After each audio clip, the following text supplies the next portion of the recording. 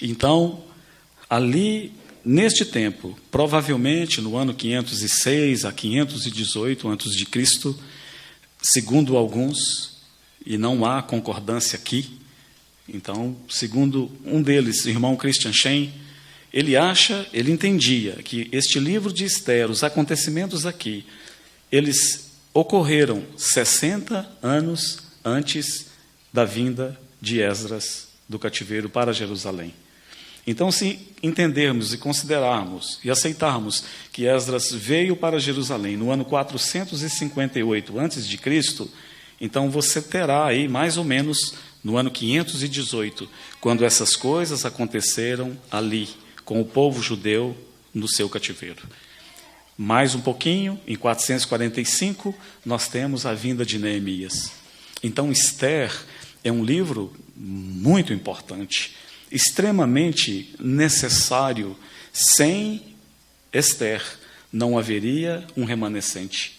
Se não tivesse havido uma Esther, não teria havido um Neemias, não teria havido um Esdras, não teria havido o embelezamento da casa de Deus através da palavra trazida por Esdras. Sim, você se lembra, diz que Esdras ele veio adornar, embelezar a casa de Deus. Mas nós sabemos que essa tarefa ela é concedida a designers, decoradores. Mas Esdras não era. Ele veio decorar a palavra, ele veio decorar a casa de Deus com a própria palavra de Deus, trazer a palavra de Deus para a sua centralidade. E mais tarde Neemias vem e restaura os muros. Então o livro de Esther ele é extremamente importante na história do povo de Deus. Esther, nessa época, ela foi elevada à condição de rainha por poderíamos dizer, uma casualidade. O rei, embriagado de vinho, ele deu um grande banquete e com o coração cheio de vinho, bêbado, ele resolve expor aos seus convidados a sua rainha Vasti, que deveria ser uma mulher bastante atraente. Mas ela era uma mulher de caráter. Ela terminantemente, ela se recusou a fazer esse papel. E por causa disso, o rei foi aconselhado de que essa rainha Vasti ela fosse desprezada e de que ela nunca mais entrasse na presença do rei. E também aconselharam-no, quando o coração dele estava amolecido, saudoso da sua esposa, de que ele fizesse um concurso e trouxesse as virgens ali do seu reino, as mais belas, e que elas participassem de um concurso. Esther, sendo judia, ela foi criada pelo seu primo Mordecai. Então, Mordecai pede para que ela se inscreva nesse concurso. Ela vai, depois de um ano de preparação, de embelezamento, ela, como as demais, comparece uma a uma diante do rei. E o rei, então, escolhe Esther para ser a sua rainha. Isso é algo inaudito. Isso é algo que só Deus pode fazer. Uma judia, uma mulher que estava ali como escrava, cujos pais, provavelmente, os seus antepassados, foram levados ali como escravos. Agora essa mulher, a semelhança de José, ela vai ter um lugar no trono ali do reino persa. Então, está tudo bem, está tudo maravilhoso. E aí, uma grande crise acontece. Nós veremos um homem chamado Amã, e diz que a linhagem dele, o Espírito Santo colocou lá, ele era filho de Amedata, o Agagita. Esse nome te é familiar? Você lembra desse nome Agagita? Você já leu sobre alguém chamado Agag na sua Bíblia? É aquele mesmo homem que Saul foi comissionado pelo profeta, aliás, comissionado por Deus, para que ele fosse e destruísse os amalequitas e que não deixasse ficar pedra sobre pedra. Então você se lembra quando aquele rei, ele vai, ele cumpre o seu papel, e quando ele volta, o profeta vem encontrá-lo e diz: e você cumpriu a palavra do Senhor? E ele arrogantemente ele diz: sim, eu fiz como o Senhor falou. E o profeta disse: que balido é esse de ovelhas que eu estou ouvindo? Que barulho é esse dessas ovelhas berrando? Aí Saul disse: o povo poupou o melhor dos despojos, e eu também trouxe vivo a Agag, rei dos amalequitas. Por causa da sua desobediência, nós vemos tantos anos depois um descendente de Agag, procurando destruir o povo de Deus. Então, Amã é exaltado no trono, no reino. Ele é como se fosse um segundo depois do rei Assuero. E ele trama destruir os judeus. Ele faz com que o rei, esse rei titubeante, que está sempre escutando os maus conselhos, ele faz com que esse rei baixe um decreto de que em tal dia todos poderiam matar os judeus e saquear-lhes os despojos. Imagina que na cidade onde você mora, se você sabe que ali na vizinhança tem na esquina aquela família judia, e naquela outra, aquela outra família, então foi concedido para você essa grande oportunidade de melhorar o seu patrimônio. Naquele dia marcado, você poderia ir lá, sem constrangimento algum, e poderia dizimar aquela família e ficar com o carro dele, com a casa dele, com tudo que ele tivesse. Era um momento de crise, irmãos. Na história do povo de Deus, assim como na história da igreja, nós sempre veremos esse fator presente. Uma crise. Estabelece-se uma crise.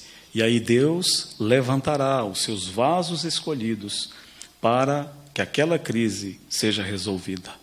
Você se lembra do profeta Samuel?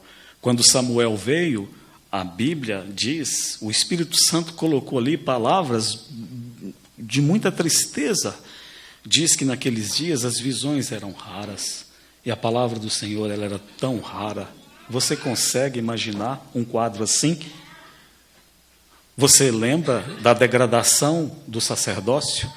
Você se lembra que o Elias, ele era gordo e ele era cego? Você acha que foi por acaso que essas duas características foram colocadas ali acerca desse homem? Esse homem nédio e esse homem cego, servindo a Deus na sua gordura, no seu desleixo, e servindo a Deus na sua cegueira? Então nós vemos como o Senhor levanta um Samuel para fazer essa transição entre o período dos juízes e agora vai começar um novo período na história de Deus.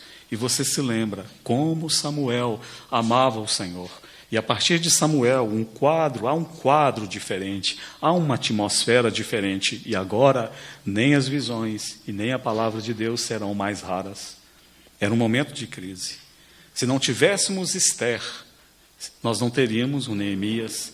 Se não tivéssemos Esther, nós não teríamos um Esdras. E se não tivéssemos uma Esther, nós não teríamos um Messias. E também, portanto, nós não teríamos nenhuma esperança. É claro, eu concordo com você. Você deve estar pensando, irmão Léo, mas é claro que o Senhor levantaria outros vasos. Sim, o próprio Mordecai disse. Ele disse para ela assim, se de todo te calares, agora, de outra parte, se levantará para os judeus socorro e livramento. Claro, Deus não está preso à vontade do homem. Deus é soberano, Ele está acima de tudo e de todos. Ele poderia fazer tudo assim. Mas, esse é o mistério dos mistérios. Deus escolheu fazer junto com o homem. Eu não entendo essas coisas. Isso é elevado demais para o meu pensamento. Também não é para o seu. Mas talvez se Ele fizesse assim, Ele não teria tanta glória, Ele não teria tanta alegria, não é? Então, Deus aqui tem esse vaso, tem Esther. Mordecai vem e diz, vamos ser destruídos, a menos que você vá diante do rei, você interceda a nosso favor. Foi baixado esse decreto. E ela vacila. Ela diz, ninguém pode comparecer diante do rei se não for chamada. E eu já por 30 dias, ele não me chama. E se eu comparecer diante dele, e quando ele me vir, se ele não levantar o cetro na minha direção, eu morrerei. Então, Mordecai diz essas palavras. Você acha que se você não for ativa e corajosa, você acha que você vai escapar só porque é rainha? Você também é do nosso povo. Você perecerá e toda a casa de teu pai. Mas, diz ele, quem sabe, como diz naquela tradução, se você foi feito rainha para esta exata ocasião, Quem sabe, diz Mordecai, naquela outra tradução, se você não está aí no reino, para que possas estar pronta num tempo como este. Quem sabe, naquela outra tradução, diz, talvez para um tempo como este você foi feita rainha. Não há coincidências para o povo de Deus. Certamente Esther estava ali com um propósito bastante definido da parte de Deus. Nas nossas vidas, irmãos e irmãs, não há coincidências, há apenas providências. Nós não fomos salvos apenas para desfrutarmos destes dois mundos, para desfrutarmos das coisas do Senhor e das coisas do mundo. Deus, Ele tinha mais coisas para fazer do que simplesmente salvar o homem, para que agora o homem, como na época lá da Reforma, aquela venda de indulgências lá pelo João Tetzel, foi ele que entrou na Alemanha vendendo as indulgências, e Lutero começou a preparar o seu rebanho, para que o seu rebanho, aqueles de quem ele cuidava, não comprassem as indulgências do Tetzel. Foi isso que ocasionou a Reforma, foi esse o pavio, foi esse a pólvora que o Senhor usou, essa rusga, querela entre Lutero e João Tetzel, daquelas infames indulgências que dizia que se você comprasse aquele pedaço de papel, você poderia viver a sua vida, você poderia pecar da maneira como você quisesse, e aquele pedaço de papel assinado pelo Papa garantiria para você um lugar no céu. Às vezes, essa é a nossa opinião acerca da salvação que o Senhor nos deu. Nós achamos que o Senhor nos salvou e agora nós somos livres para vivermos a nossa vida. Se você pensa assim, eu quero te dizer, meu amado, minha amada, você está redondamente enganado. A salvação que foi provida para nós foi algo tremendamente grande aos olhos de Deus. E Deus, Ele atirou aqui, mas não era só aqui. Ele já estava pensando lá na frente. O nosso Deus é um Deus de propósitos. Não fomos salvos para nós mesmos. Nós fomos libertos, e graças a Deus que nós fomos libertos. Mas nós fomos libertos para sermos presos novamente. Você se lembra, claro, daquele texto lá no Antigo Testamento, lá no livro de Êxodo, daquele escravo que trabalhava para o seu senhor, e depois de um tempo servindo ao seu senhor, então finalmente aquele homem ganhava a sua liberdade, você se lembra? Agora ele era livre, agora você pode ir, vai aproveitar a sua vida. Você guardou algum dinheiro? Você conseguiu fazer uma boa poupança? Você agora conseguiu finalmente a sua aposentadoria. Você é um homem aposentado. Para onde você irá? Eu vou para Miami. Eu vou para Cuba. Eu vou para Brasília. Eu não tenho nada contra. Já fui em muitos lugares. E é sempre bom viajar. Gosto muito de viajar. Mas nós não aposentamos, ou nós não fomos livres para nos envolvermos demais com as coisas dessa vida. Irmãos, os dias são bastante negros. Este mundo cada vez está mais tenebroso. E a semelhança daquele escravo, quando ganhava a sua liberdade, para surpresa de muitos, ele não ia embora da casa do seu mestre. Ele dizia, eu amo o meu mestre, eu amo a casa do meu mestre, eu não quero ir embora daqui. Ele batia o pé, ele dava birra. Então tinha todo aquele ritual, os anciãos vinham, levavam aquele homem até na porta e pegavam uma sovela, encostava a orelha dele e furava a orelha dele. A partir daquele dia ele era um homem de orelha furada. Ele estava livre de pregar verbalmente as palavras para os seus contemporâneos. Sabe por quê? Porque aquela orelha furada era um testemunho vivo do amor que ele tinha pelo seu Senhor. Quando ele passava na rua, eles diziam, lá vai aquele homem da orelha furada, aquele homem que teve a sua liberdade, mas não a quis, que trouxe e deu a sua liberdade para o seu Senhor, porque ele amava o seu Senhor.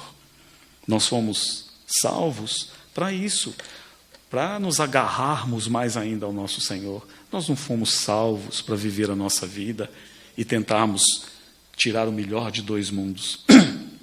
Você se lembra lá o que Pedro falou lá em 1 Pedro capítulo 2, versículo 9? São palavras tão profundas, mas às vezes nós lemos com tanta pressa. São dias de tanta pressa. Você se lembra? Lá ele diz assim, que nós devemos proclamar as virtudes daquele que nos chamou das trevas para a sua maravilhosa luz. Mas antes disso, ele vai falar que somos sacerdócio real, e ele vai falar assim que nós somos propriedade exclusiva de Deus. Você é propriedade exclusiva de Deus. Você não se pertence. Tome muito cuidado da maneira como você viverá a sua vida. Nós pertencemos ao Senhor. O Senhor não nos salvou para que nós possamos ir para cá e para cá, nosso bel prazer. Você se lembra quando o Senhor Jesus ia para Jericó e havia aquele homem cego? Aquele homem, um dia, ele tinha visto, ele enxergava, como você e eu. Pelo texto nós podemos chegar a essa conclusão. Então, ele escuta o tropel da multidão e ele pergunta, quem está passando aí? Eles dizem, Jesus, Jesus está passando aí. E ele começa a clamar, ele diz, Jesus, filho de Davi, tem compaixão de mim. E as pessoas vêm e falavam assim, fala baixo, não incomodes o mestre. Devemos incomodar o mestre, nós devemos incomodá-lo. Claro que nós vamos incomodá-lo. Ele é tão amoroso, ele é tão cheio de poder, ele é tão amoroso, tão bom. E aí ele gritou mais alto, e o Senhor parou e mandou chamá-lo. E o Senhor disse, o que você quer? Você se lembra? Considere comigo. Eu fico pensando ali, e você siga o meu pensamento. Veja o que você pediria ao Senhor. Fabrício, eu sou de Minas, eu sou da roça. Eu já sei o que eu pediria ao Senhor, porque eu já vi no passado. Então, quando ele me perguntasse, Miriam, o que você quer? Eu diria, eu quero ver os meus filhos como eles estão. Eu quero ver minha esposa, o rosto da minha esposa. Eu quero ver as vacas. Eu quero ver o silo, as vacas comendo da silagem. Eu quero ver as ovelhas. E se o meu cachorro estiver vivo, ainda quero ver o meu cachorro. Eu quero ver minha mãe. Eu quero ver a Sônia, que nos recebe quando a gente vem em Sorocaba. E a Marina, com quem a gente toma café toda semana. E a Anne, para a gente conversar. Eu quero ver essas coisas, Senhor. Então o Senhor pergunta, o que você quer? E ele disse assim, Senhor, eu quero tornar a ver. E o Senhor falou, tá bom, pode ir. E lá o texto, o Senhor falou assim, vai, tua fé te salvou. Você lembra disso? Mas ele é um dos homens na Bíblia que ele não foi. Ele não foi. O Senhor falou, pode ir. E esse pode ir engloba todas essas coisas que eu falei. Vai ver suas vacas, vai ver seus cachorros, vai ver suas posses, seus amigos, seus bens, seus cavalos, vai ver o mar, vai ver a esposa, os filhos.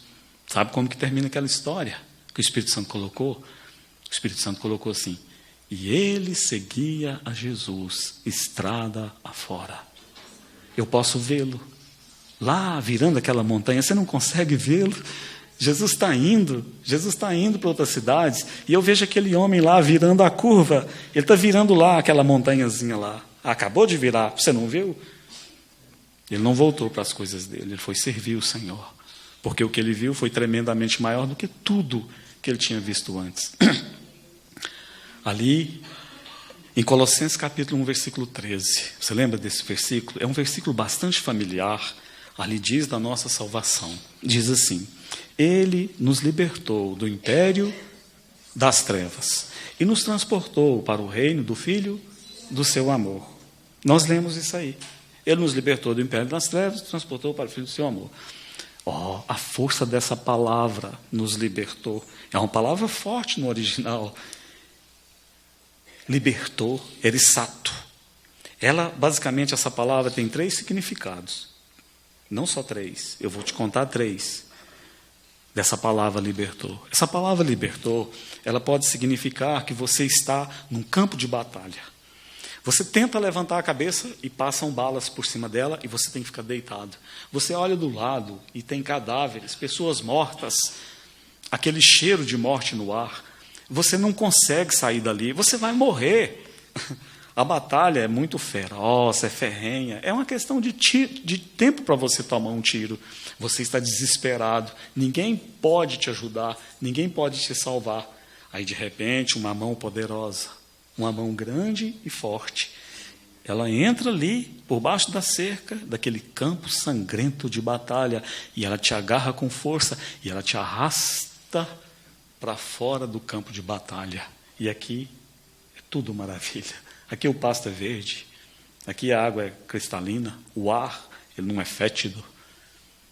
Um outro significado dessa palavra, libertou, aqueles que gostam de pescar aqui, é como se você fosse lá no Pantanal pescar.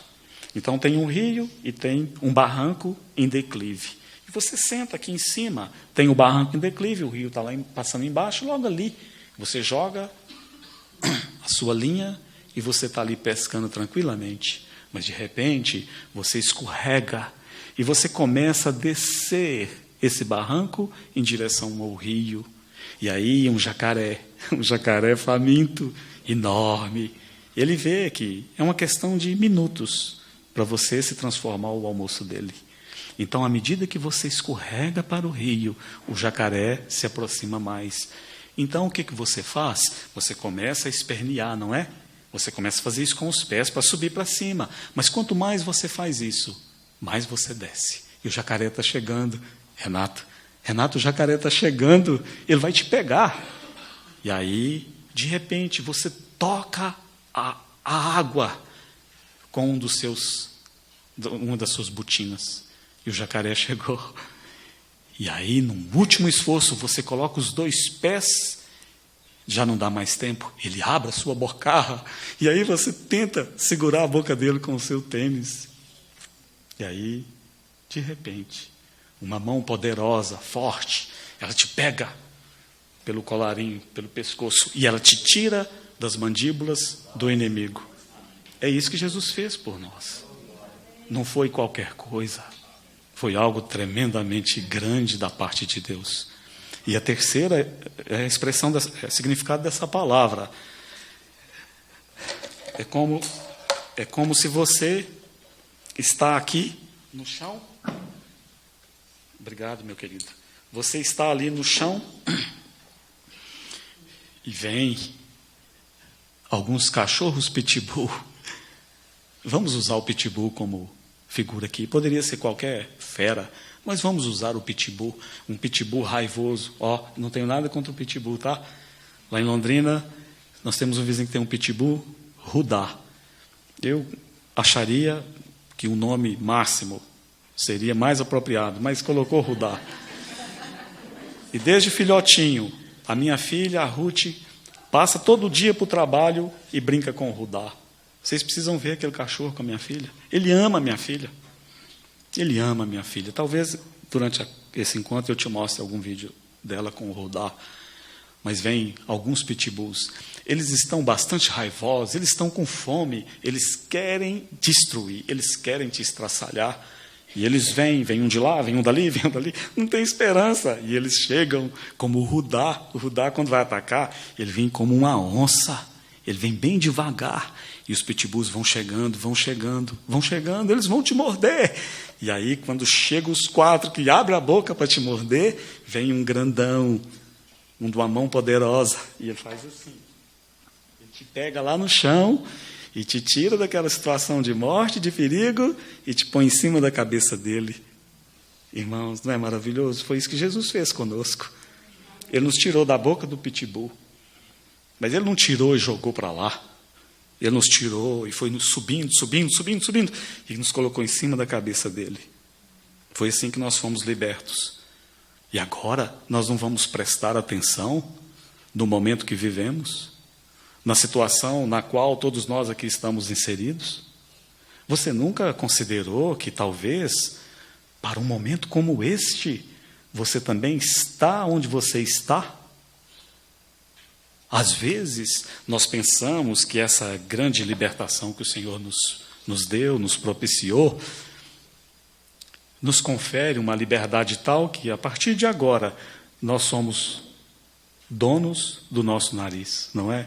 Como uma irmã tão querida, que eu amo tanto, de 81 anos, uma mãe para mim. Ela é muito querida, essa irmã.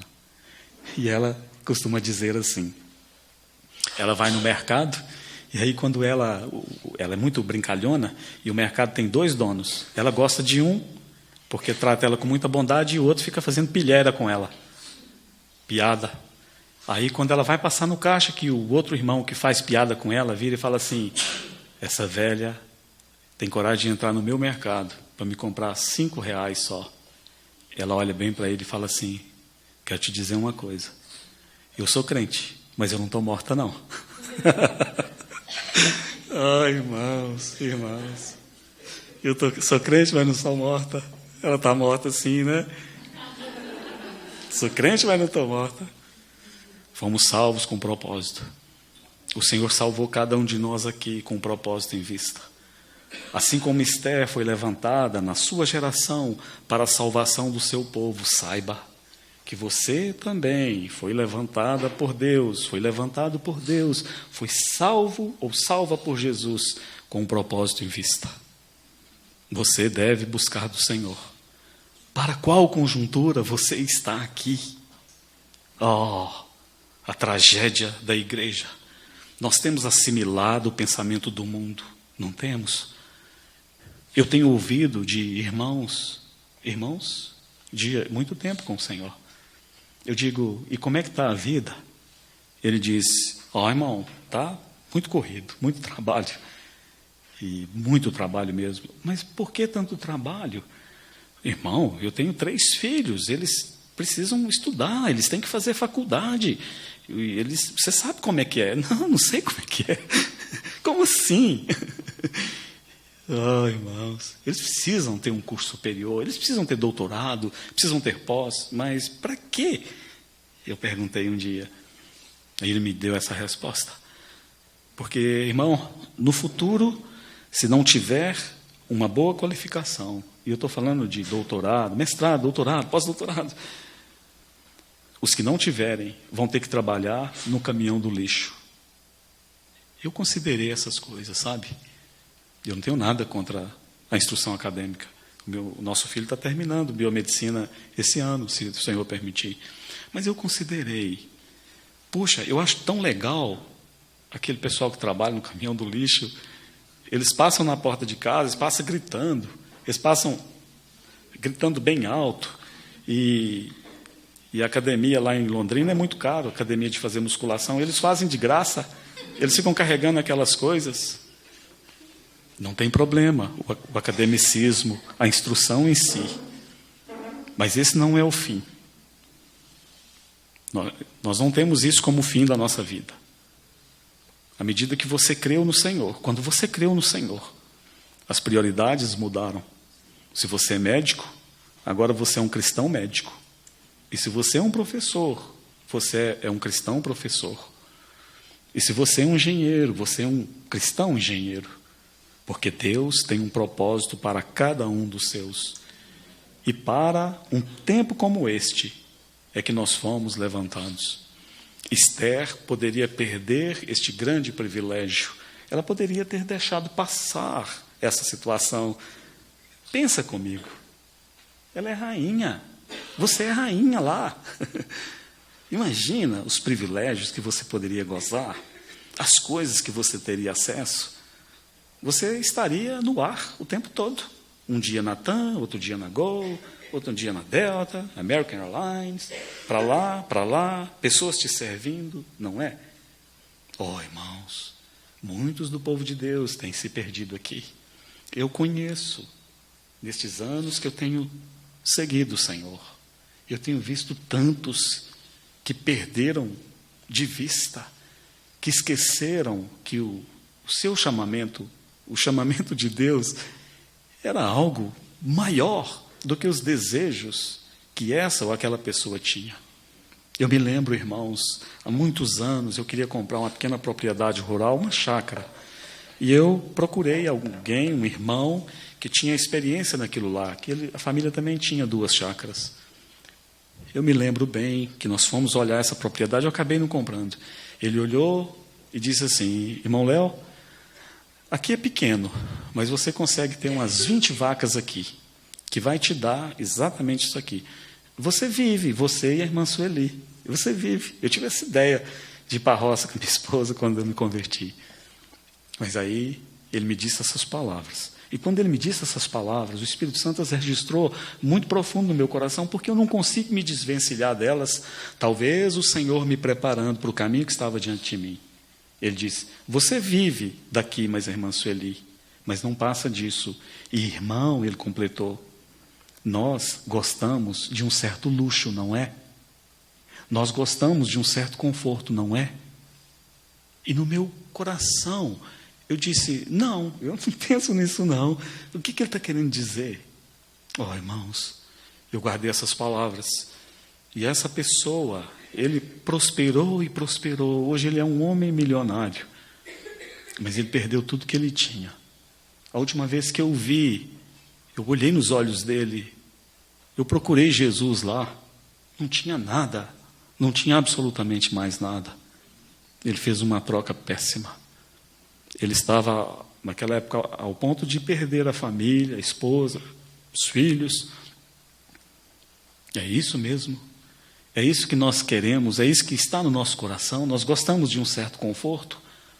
Irmão, irmã, você lembra quando o Senhor Jesus veio nessa terra? Você lembra quando ele entrou ali em Belém? Isso não te comove? Isso não corta o seu coração? Isso corta meu coração. Ele entra ali, aquela mulher está grávida. Ela está, provavelmente, ela já estava com contrações de parto. O momento é urgente, não dá para pensar muito. Não tem ninguém nessa cidade que tenha um colchão. Sônia, tenha misericórdia. Não tem um lugar na sua casa para essa mulher ter o seu filhinho. Gerson, leva ela para Montemor. E o nosso Senhor nasceu numa manjedoura. Aí lemos, manjedoura é uma palavra soft, não é? É uma palavra doce. Você sabe o que é manjedoura? Manjedoura é um coxo, aonde lá em Minas nós colocamos comida para o gado. Foi ali que Jesus nasceu. E nós ainda estamos preocupados com um pouco de conforto, porque nós gostamos de luxo. E o nosso Senhor, a vida que Ele teve aqui, é claro, irmão, eu concedo, eu entendo, eu concedo isso a você. Eu não vou colocar um peso sobre você. Há pessoas a quem o Senhor tem feito prosperar. E há uma prosperidade que vem do Senhor. E o texto santo diz que a bênção do Senhor enriquece e com ela não traz desgosto. Mas quando o Senhor te abençoar, abençoe outros. Abençoe o Senhor. Busque os interesses do Senhor. Senhor, não tinha nada, agora tem tudo. Senhor, muito obrigado. Senhor, não tinha nem condições de ir em tour. Agora eu posso... Não. Busque do Senhor. Porque tem tantas necessidades no meio do povo de Deus e tantas necessidades no mundo. E talvez, meu irmão e minha irmã, você tem e você é o que é e tem o que tem. Porque você tem um chamado do Senhor para servi-lo exatamente numa conjuntura como esta. Neste tempo tão confuso, talvez você está exatamente onde você está para servir o seu Deus. Você se lembra lá em 1 Crônicas, capítulo 12. Ali, por causa do tempo, eu não vou ler. Mas ali fala da relação das tribos de Israel que vieram fazer Davi o seu rei. É muito interessante, depois você lê lá. Lembra, Gerson, daquela lista? Então vem falando das tribos de Israel. E uma tribo veio e trouxe 3.000 homens de guerra, a outra trouxe 40.000, a outra trouxe 50.000, a outra trouxe 28.000, a outra trouxe 18.000. Aquela lista dá 340.822 homens de guerra. 340.822 homens de guerra. É muita coisa, não é? É mais, acho, do que a metade da população de Londrina. Acho que Londrina uns 547, 550, 600, 560, mais da metade. É muita gente, não é pouca gente. 340.822. Uau! Eles vieram com seus arcos, com suas flechas, com suas espadas, com sua força, com seu muque. Eles vieram fazer de Davi o seu rei. Saul morreu, o filho dele Isbosete morreu, o seu general Abner morreu, então agora eles vêm reconhecer Davi como o rei deles. E lá no versículo 32 tem uma tribo, a tribo de Issacar, é muito interessante. diz que dos filhos de Issacar, conhecedores da época, para saberem o que eles deveriam fazer, vieram 200. Aí não é mais milhares, veio 200 só. E se eu não estiver errado, eu acho que isso vai dar 340, vai dar 0,0600 e alguma 0,06 alguma coisinha a mais aí. 0,0 daqueles homens armados para a guerra, 200 vieram.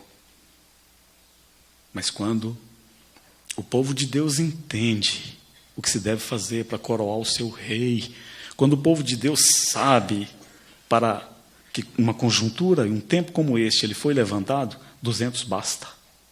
Não precisa de 50 mil, de 40 mil. Você se lembra em Jeremias, capítulo 8, lá o profeta diz: o meu povo não entende as minhas exigências. E Isaías, ele fala que o animal conhece o seu possuidor. É verdade. Meu padrasto, nós temos chácara lá em Minas, meu padrasto, a mamãe mora lá. Temos vacas, em cavalo. A cavalo agora está sem, mas vaca sempre teve. Todas as nossas vacas têm nome. Nós tivemos uma, a Prenda, que durou quase 20 anos. A Prenda, todo mundo amava a Prenda. Eu tenho foto do meu filho que hoje está com 23 anos, um aninho em cima dela. Eu passava por baixo, eu pegava, eu abraçava. Ela conhecia o seu possuidor. Os animais conhecem o seu possuidor. Você tem cachorro? Eu tenho um lá de 13 anos. Ele está cego e ele está surdo. Mas ele me conhece, não conhece ele? Todos os dias à noite eu deixo ele entrar na cozinha. E ele vem me procurando, vem trombando nas coisas. E quando ele chega perto de mim, ele sente o meu cheiro, ou de alguma maneira ele vê aquele sujeito grandão na frente dele, e ele fica numa alegria. Mas o povo, o meu povo, diz o Senhor, o meu povo não entende, o meu povo não me conhece. Isso não é uma tristeza tremenda? Nós padecemos desse mal nesses dias. O povo de Deus não conhece as suas exigências. O povo de Deus não conhece aquele que o possui. Oh, que nos arrependamos dessas coisas, que nos voltemos para Ele, que possamos ter os olhos fixos no Senhor e buscarmos o Senhor de todo o coração. Devemos servi-lo. Esther tinha diante de si esse dilema: para onde eu vou?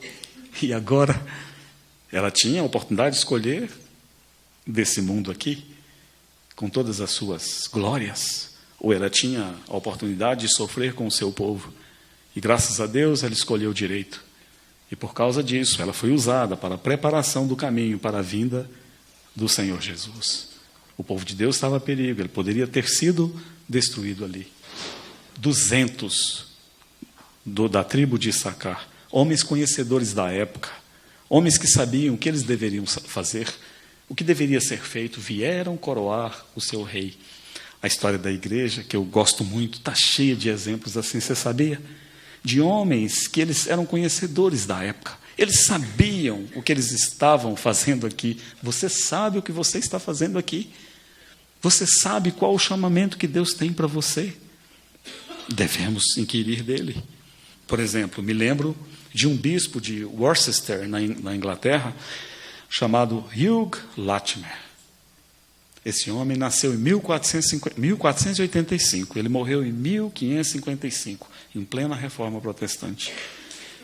Ele foi lá numa missão em Nuremberg, e lá ele teve contato com os escritos de Lutero.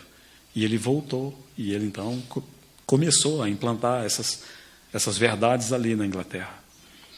Bispo de Worcester, o bispo era nomeado pelo rei. E naquela época o rei era aquele infame Henrique VIII, você já ouviu falar dele? Era aquele homem que tinha a esposa Catarina de Aragão. E ele desgostou dela, ele resolveu que não queria mais ela. Ele queria, agora é a Ana Bolena. Quero casar com a Ana Bolena. E ele pediu ao Papa que revogasse, que anulasse o seu casamento, que lhe desse uma carta de divórcio de Catarina de Aragão para desposar Ana Bolena. E o Papa não quis. E por causa disso, ele tomou a decisão de que a partir de agora, no meu reino, eu sou o cabeça da igreja. O Papa não entra mais aqui e agora nós temos a Igreja da Inglaterra. Foi ali que começou. Foi esse Henrique VIII que, certo dia, a história diz, Latimer foi pregar diante dele. Então Latimer prepara o seu sermão. E o Henrique VIII está lá com a sua corte. E quando Latimer vai em direção àquele homem que tem... Ele está lá em cima, o rei, e Latimer tem que subir uma certa plataforma de alguns degraus. Quando ele vai ali, ele escuta uma voz dentro dele. E essa voz dizia, Latimer, Latimer, Latimer. Tome muito cuidado com suas palavras, porque o rei Henrique está aqui. Isso encheu o coração dele de temor. Ele deu mais um passo. E outra voz, a voz do Espírito Santo lhe falou, Latimer, Latimer, Latimer. Tome muito cuidado com as suas palavras, porque o Rei dos Reis também está aqui. Um homem que conhecia o seu tempo. Um homem que, por causa da sua firmeza, ele foi levado à fogueira, junto com Thomas Ridley, e foi morto na estaca, como muitos. Você já ouviu falar de Moody? Dwight Lyman Moody, que é o nome dele em inglês. Nós falamos Moody, né? Dwight Lyman Moody. Foi um homem espetacular. Quem é o irmão que vai compartilhar sobre ele? Que está aqui? Vai chegar. Então eu tenho liberdade para falar dele, né? Posso falar algo dele aqui que não vou atrapalhar ele. É. E vocês não contam, por favor, né?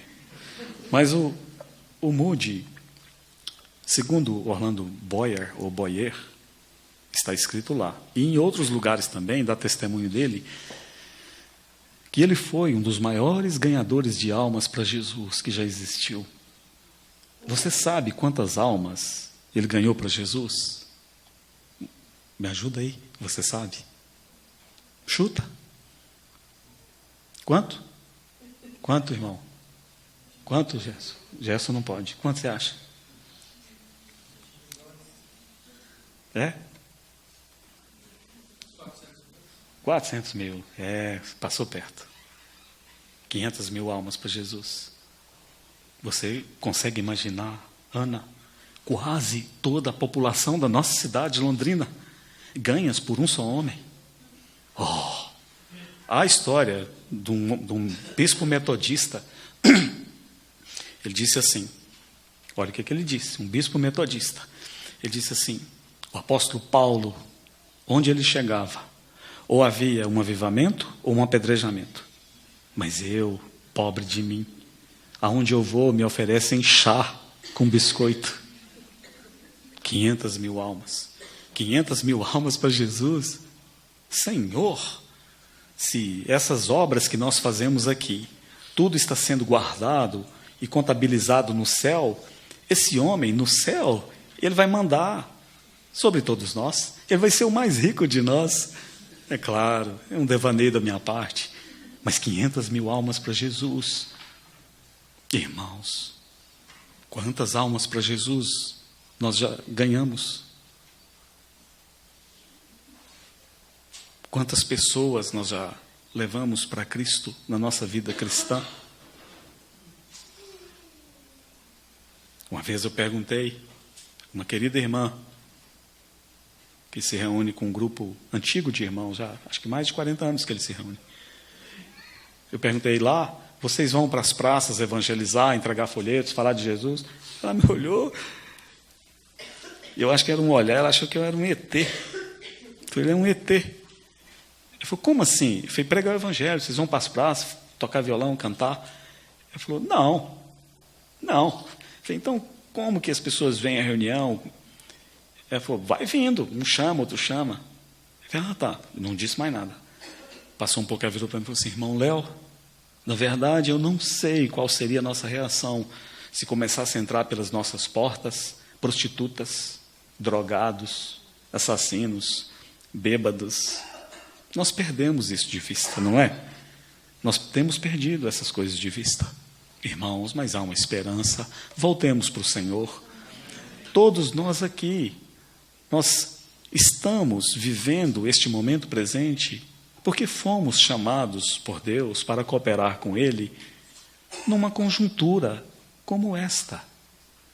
Moody ganhou 500.000 almas para Jesus. Mas como que começou a vida de Moody, você sabe? Como é que ele se converteu? Quem foi lá pregar para ele? Quem que foi o corajoso para ir lá pregar para aquele homem? A história diz que num ponto da vida dele, sabe quantos quilos que Moody tinha? 127 quilos, que eu li. 127 quilos é muita coisa, um homem forte, grandão. Você ia lá, você tinha coragem de ir lá pregar para aquele jovem impetuoso, vozeirão. Ele era um vendedor de sapatos. Ele era tão impetuoso, ele foi um vendedor moderno. Quando as pessoas não entravam na loja para comprar sapato dele, sabe o que ele fazia?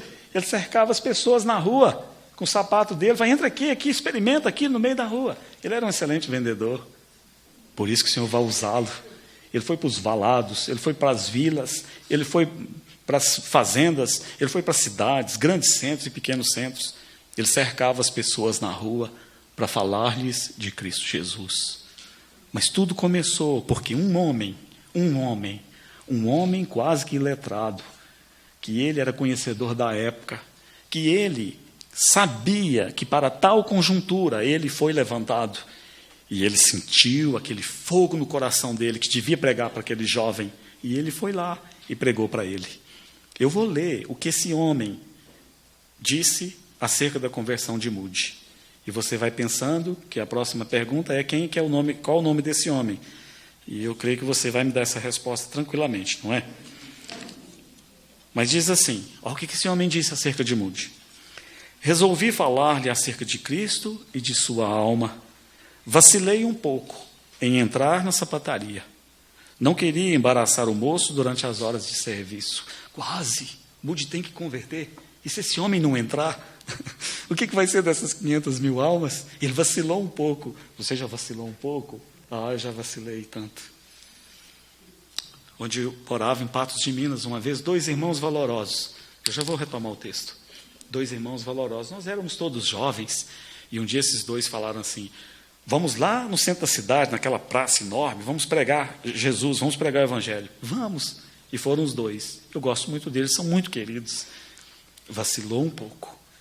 E foram os 2. Era mês de maio, dia 24 de maio, tem a festa do milho lá, uma festa pagã na minha cidade, que lota a cidade. E eram alguns dias que antecedia essa festa.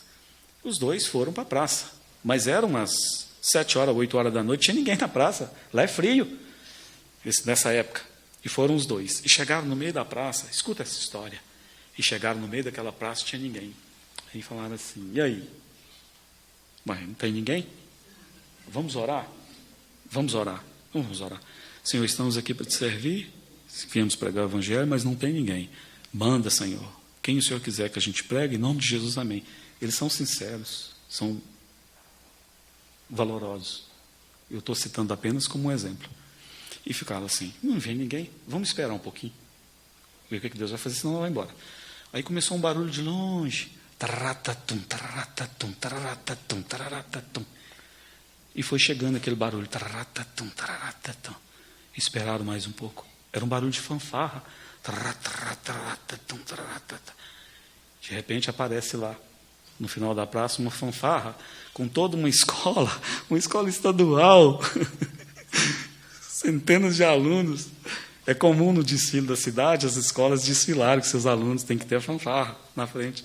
A fanfarra foi treinar ali, a parada militar. Irmãos, eles me contaram exatamente do jeito que eu estou te contando. Eles ficaram assim, olhando um para o outro. E a fanfarra entrou naquela praça enorme. Não tem árvore, ela é limpinha. Entrou e deu a volta. E de repente virou na direção deles, e estão os 2 ali, né? E veio. E aí, a fanfarra parou. E o capitão da fanfarra fez com o apito. E eles parou. Aquele tanto de gente na frente deles. Sabe o que eles fizeram? Vamos embora. Eles falaram assim, vamos embora. Eles vão começar o ensaio deles. Eles foram embora. Oh, Senhor. Mas eles são tão valorosos, eles amam o Senhor, eles têm seguido o Senhor, eles têm servido o Senhor. Esse homem vacilou. Ele não teve coragem. Você já vacilou de falar de Jesus para alguém? Ah, eu tantas vezes, não é? Mas o nosso Senhor, Ele é tão amoroso. Se errarmos aqui, confessemos o nosso vacilo, o nosso medo, o nosso pecado, e ele abre outra porta ali. Se não tivermos coragem para pregar para essa fanfarra, não tem problema, vão ter outras fanfarras. Esse homem vacilou. Entro ou não entro, entro ou não entro. Por fim, entrei, graças a Deus, resolvido a falar sem demora. Vou falar e vou embora. Achei Moody nos fundos da loja, embrulhando sapatos. Aproximei-me logo dele e colocando a mão sobre o seu ombro. Fiz o que depois me pareceu um apelo fraco. Um convite para aceitar a Cristo. Simplesmente falei do amor de Cristo para ele e o amor que Cristo esperava dele de volta. Parecia-me que o moço estava pronto para receber a luz que o iluminou naquele momento. E lá, olha que palavra gloriosa que ele vai dizer, e lá nos fundos da sapataria entregou-se a Cristo. Isso não é maravilhoso? Você sabia? Eu vejo assim. Talvez você pode dizer, irmão Léo está sonhando. Talvez eu estou sonhando. Mas eu creio que se cada alma valer 100 mil reais, e eu estou sendo generoso, eu não estou sendo careiro, eu estou jogando o preço mais baixo que a minha mente pensou aqui. Vamos pôr 100 mil reais. Mas se cada alma valer 100 mil reais, e Moody pregou ganhou 500 mil almas para Jesus, certamente aquele homem que pregou para Moody, ele vai receber algum dividendo disso aí, não vai ficar tudo para Moody. Mas ninguém sabe o nome daquele homem, ele é desconhecido da história. Se você me contar o nome dele, eu te dou um doce. É verdade. Eu te dou um doce nesse final de semana, mas você tem que me contar agora. Você vende doce, Fabrício? Eu pago o Fabrício agora. Vai, me conta o nome desse homem que sabia o tempo que ele vivia, desse homem que olhou para aquele rapaz nervoso, agitado, embrulhador de sapato. E ele entrou com coragem, ele foi lá nos fundos da sapataria, colocou a mão no ombro dele e falou-lhe de Cristo. E ali, nos fundos da sapataria, Moody entregou-se a Cristo. Que pena. Mas eu já imaginava mesmo que eu não teria oportunidade de gastar o meu dinheiro nessa noite. Que ninguém aqui saberia o nome desse servo de Deus, que serviu a Deus. Não sabemos muito da história dele, mas sabemos que ele pregou para Moody 500 mil pessoas. E o nome dele era Edward Kimball, Mr. Kimball, que pregou para Moody. Tem tantos exemplos. Você deve se lembrar do exemplo de John Patton. Você já ouviu falar de John Patton? Aquele homem que foi pregar lá nas Ilhas Hébridas.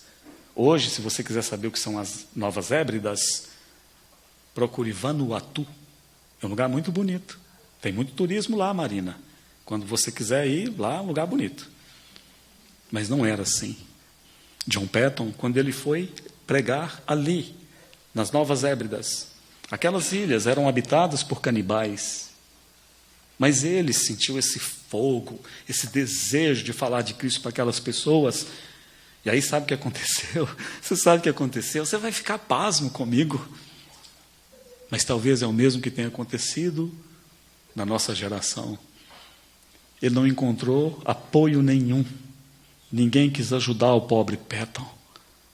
Pelo contrário, as pessoas puseram fortes objeções àquele rapazinho recém-casado, que ele fosse lá ser comido pelos canibais.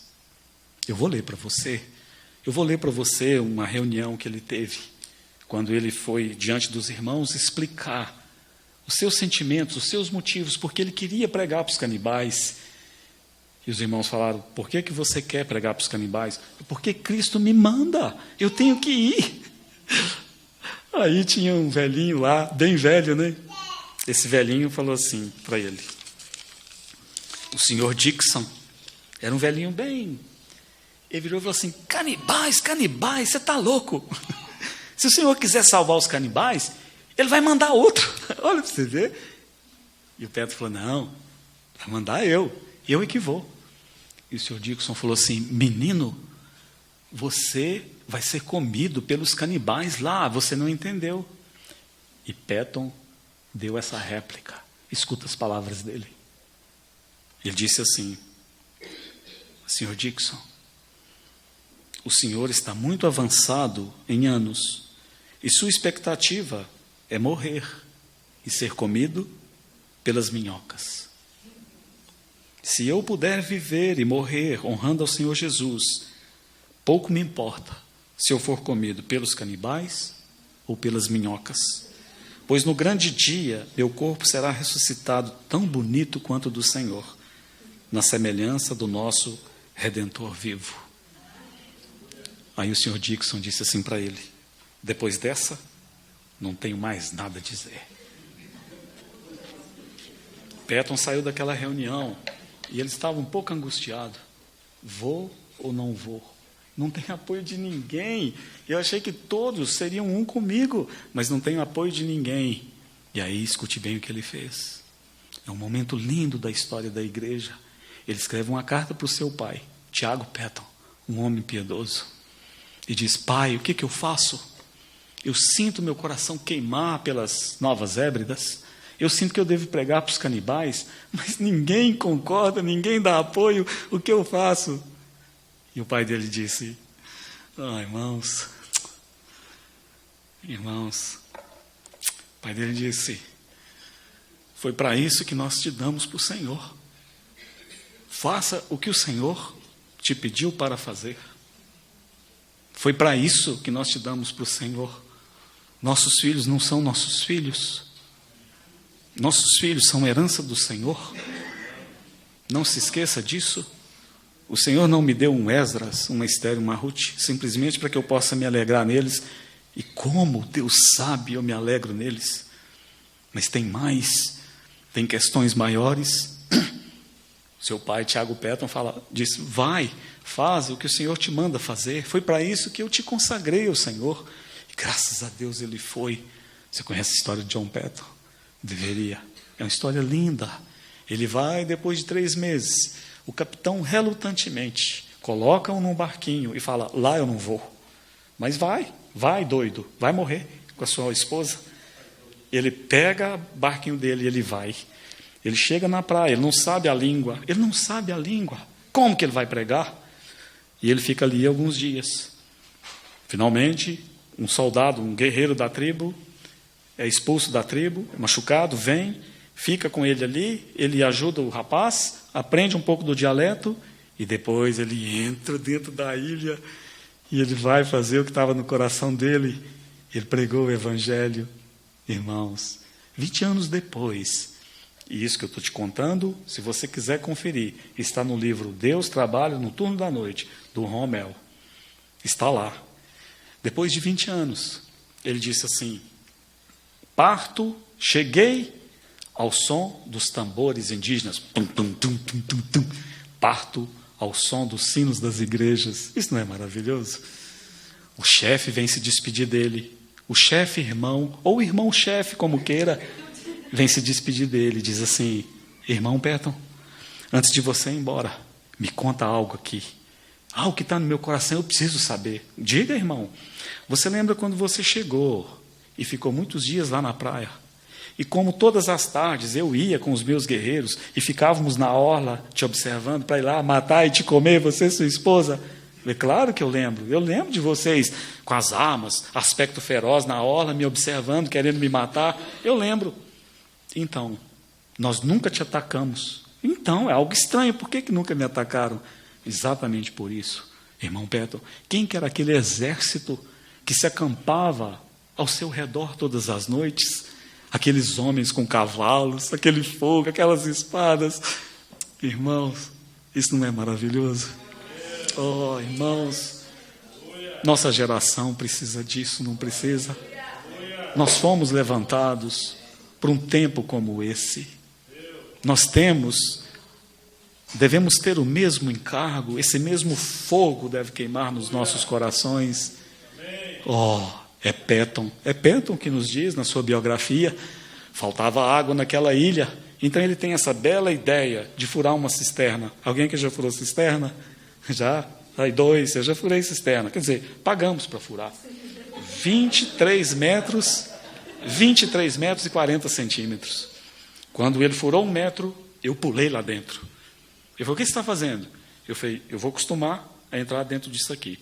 Porque eu só vou te pagar depois que eu receber o serviço dentro da cisterna, que eu vi água dentro dela. Ele falou, tá bom. 2 metros eu pulei. 3 metros eu desci. 4 metros já desci pendurado. E foi. Até que finalmente ele gritou, água! Eu marrei e desci lá e vi aquela água brotando. 23 metros e 40 centímetros. Petton resolveu furar a sua cisterna. Então ele começa a cavar. De repente os índios vêm. Os canibais vêm e o cercam e falam, o que você está fazendo? Ele disse, estou furando uma cisterna. E o que é uma cisterna? Ele disse, cisterna é um buraco que vai nos dar água de beber. E os canibais falaram assim, água de beber no fundo da terra? Ele disse, sim, e continuou furando. Eles falam, engraçado, o nosso Deus nos dá água de cima. O seu te dá água por baixo? E ele falou assim, o meu também dá água de cima, mas ele também dá água de baixo. Aí aqueles homens saíram e contou para as aldeias que o Deus do Petton dava água de baixo. E vieram todos para ver aquilo lá. Então Petton percebeu que ele estava numa bela enrascada. Porque ali era uma ilha. Havia toda a possibilidade de ser água salinizada. Ele não pensou nisso. E ele vai furando, e ele nos diz que à medida que chegava mais próximo da água, ele suava, o corpo dele suava, e ele olhava para cima, tá aquele tanto de gente olhando ele. Ia ser a sepultura dele, irmãos. E ele disse assim, Senhor, aqui não é a minha questão de morrer. Se não tiver água potável, eu vou morrer. Mas o Senhor não terá um testemunho no meio desse povo. Ninguém vai crer em ti aqui. Eu falei, agora, Senhor, me dá água potável. E aí ele foi cavando e de repente ele bate ali, o enxadão, a pá, e brota água. E ele fala que tremia Miriam. E ele estendeu a mão, pegou a água e trouxe. Era água doce. E toda a ilha creu. Foi um sinal que Deus deu. O Deus do Petton dava água de cima. Homens que entenderam o tempo no qual eles estavam inseridos. Irmãos, vou encerrar aqui. Nós devemos considerar essas coisas diante de nós. Nós temos que pensar nessas coisas. Essas coisas têm que mexer conosco. Nós estamos aqui para um tempo exatamente como esse. Certamente o Senhor é fiel, Ele sempre é fiel, e Ele nos falará nesses dias, mas Ele sempre nos fala com um objetivo. O Senhor sempre nos instrui com um objetivo. Nós devemos ser aqueles, como diz Pedro, que proclamam as virtudes daquele que nos chamou das trevas para a sua maravilhosa luz. Que possamos proclamar as virtudes do Senhor. E não se acanhe de usar palavras, se você precisar. Quando você sair para pregar o Evangelho, se você precisar usar palavras, fique à vontade. Nós podemos usar até palavras quando precisarmos para pregar o Evangelho. Mas não deixemos passar essa oportunidade. Esther poderia ter sido uma rainha cheia de conforto ali, mas ela não teria sido usada pelo Senhor num tempo de crise. Graças a Deus que ela amou o Senhor, que ela amou o seu povo mais do que a si mesma. E ela percebeu por que ela estava exatamente ali. Por que você está aqui? Aliás, por que você está na sua faculdade? Aliás, para que você se formou? Aliás, para que você tem filhos? Por que você se aposentou? Por quê? Por que você está aqui em Sorocaba, no Ninho das Águias, exatamente nesse instante? Certamente, essas palavras são válidas para você. Quem sabe para uma conjuntura como essa, para um tempo como esse, o Senhor te chamou aqui. Quem sabe lá na sua família, a sua família que não converte, aquele povo que é duro de coração, que não crê no Senhor Jesus. Ô irmão, irmã, quem sabe, se para uma conjuntura como essa, você foi colocado ali. E aquele emprego, e aquele chefe que só dá patada, eles têm esquecido de você, te relegado lá a segundo plano. Promoção que é bom, neca. Quem sabe você está ali, para uma conjuntura como essa. Quem sabe tem algum Moody ali. Quem sabe tem algum Watchman. Quem sabe tem um Martin Lloyd Jones. Deixa eu sonhar. Quem sabe tem um John Patton. Mas quem sabe não tenha ninguém ali que virá fazer obras grandiosas como esses homens fizeram. Mas que se você não pregar, não proclamar as virtudes de Jesus, essa pessoa perecerá. Não percamos o nosso tempo. Os dias são maus e o Senhor está perto. Jesus voltará, não deve ser um chavão no meio do seu povo. Mas Jesus voltará, irmãos. Ele voltará. E nós devemos estar prontos para esperá-lo. Quando ele veio a primeira vez, você se lembra? Tinha uns gatinhos pingados esperando o nosso Senhor. Aquele povo que tinha lei, que tinha tudo, que tinha as profecias. Mas esperando o Senhor, tinha uns gatinhos pingados. Quase que eu conto na palma da minha mão. Eu acho que eu vou usar 2 dedos dessa aqui para contar todos que estavam esperando ele. Nós vemos um Zacarias, uma Isabel, pais de João Batista, você se lembra? E pelos nomes, nós sabemos que os pais deles estavam esperando a promessa do Senhor. E os pais de Zacarias, os avós de João Batista, eles viveram no tempo das trevas, na idade das trevas, na idade dos 400 anos de silêncio, que está entre Malaquias e o Novo Testamento. Os avós de João viveram nessa época. Mas aí, quando aparece um Zacarias, que o anjo vem e anuncia e conversa, quando vê Isabel, nós sabemos que os avós de João, os pais de João, eles eram pessoas que sabiam que tinham sido levantados para tal conjuntura. Você sabe por quê? Você sabe o que significa Zacarias? Não sabe. Zacarias significa Jeová se lembra. Então lá naquela casinha, nasce um menino e alguém diz, põe o nome de Sebastião, põe o nome de João, põe o nome de José, põe o nome de Oswaldo, põe o nome de Pedro. E aquele pai e mãe disse, não, nosso filho se chamará, Deus se lembra.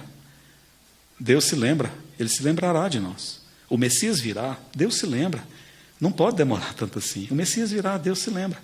E numa outra casa nasce uma menina, chama de Rita, chama de Márcia, chama de Célia. E os pais falam, não, chame de Isabel, ou Elizabeth, em inglês. Você sabe o que significa Isabel? O juramento de Deus. É por isso, porque essas duas coisas se encontraram, que o Messias pôde vir. Porque Jeová se lembrou do seu juramento e o Messias veio. Uns gatinhos pingados esperando o Senhor. O Senhor voltará. Que sejamos homens e mulheres que estarão aguardando a vinda do Senhor. Mas não só isso, mas apressando a vinda do Senhor. Preparados, vivendo para a sua exclusiva glória. Apressando a vida do Senhor. Amém. O Senhor nos abençoe e nos guarde. Vamos orar. O Senhor é maravilhoso, Senhor, e nós te amamos tanto, Senhor. Que preço o Senhor pagou por nós, Jesus. Somos tão gratos a Ti. Senhor, estávamos mortos. O Senhor nos deu vida. Senhor, e agora a vida que temos, nós devolvemos para o Senhor. Nós te entregamos tudo, Senhor, que temos e que somos, a Ti, porque o Senhor é digno. O Senhor nos comprou com preço. O Senhor derramou o seu sangue. Nós te amamos. Senhor, acerta a nossa visão, conserta o nosso foco. Senhor, que essas palavras nos alcancem e que também nós aqui sejamos homens e mulheres que possamos viver fazendo a Tua vontade, cumprindo o Teu desejo numa conjuntura como esta. Louvado seja o Teu nome, Senhor Jesus.